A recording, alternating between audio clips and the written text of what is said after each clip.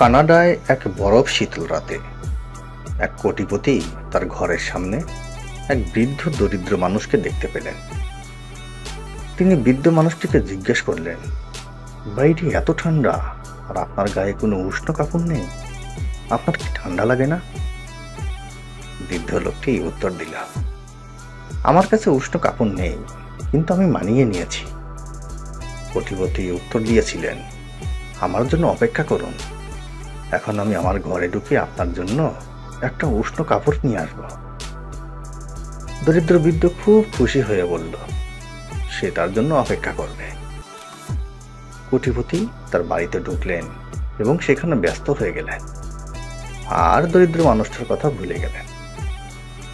সকালে তার মনে হলো সে দরিদ্র বৃদ্ধের কথা। তিনি সাথে সাথে ঘর থেকে বেরিয়ে গেলেন বৃদ্ধকে খুঁজে বের করার জন্য, কিন্তু তিনি বৃদ্ধ মানুষটাকে ঠান্ডার কারণে মৃত অবস্থায় দেখতে পান। আর বৃদ্ধ মানুষটার হাতে একটা চিরকুট দেখতে পেলেন। চিরকুটে লেখা ছিল, যখন আমার কোনো উষ্ণ কাপড় ছিল না, তখন ঠান্ডার সাথে লড়াই করার ক্ষমতা ছিল আমার, কারণ আমি মানিয়ে নিয়েছিলাম।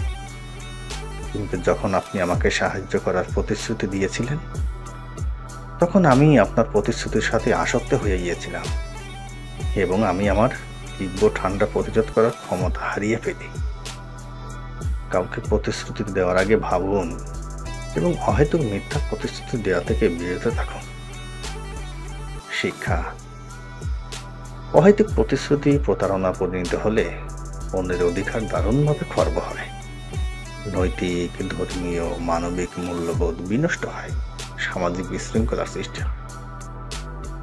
আসলে পরাজিতরা এমন প্রতিশ্রুতি দেয় যা তারা প্রায়ই ভঙ্গ করে, বিজয়ীরা এমন প্রতিশ্রুতি দেয় যা তারা সবসময় রাখে। একটু সুন্দর প্রত্যাখ্যান একটি দীর্ঘ প্রতিজ্ঞার চেয়েও ভালো। এমন শপথ করো না যা তুমি রাখতে পারবে না।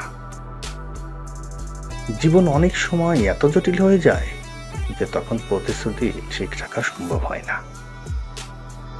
প্রতিশ্রুতি দেয়া ছিল অতীতের প্রয়োজনীয়তা, আর ভঙ্গ হলো বর্তমানের প্রয়োজনীয়তা। তবে খারাপ কোনো প্রতিশ্রুতি রাখার চেয়ে ভঙ্গ করে ফেলাই ভালো।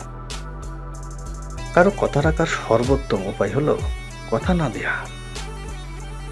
আপনি যতটা দিতে পারবেন তার চেয়ে বেশি প্রতিশ্রুতি দেবেন না, তবে সর্বদা আপনার প্রতিশ্রুতির চেয়ে বেশি দিন। তাই কথা দিয়ে কথা রাখার ক্ষেত্রে অবশ্যই আমরা সঠিকতা অবলম্বন করব এবং এক্ষেত্রে আমাদের কথা যেন দুরকম না হয়।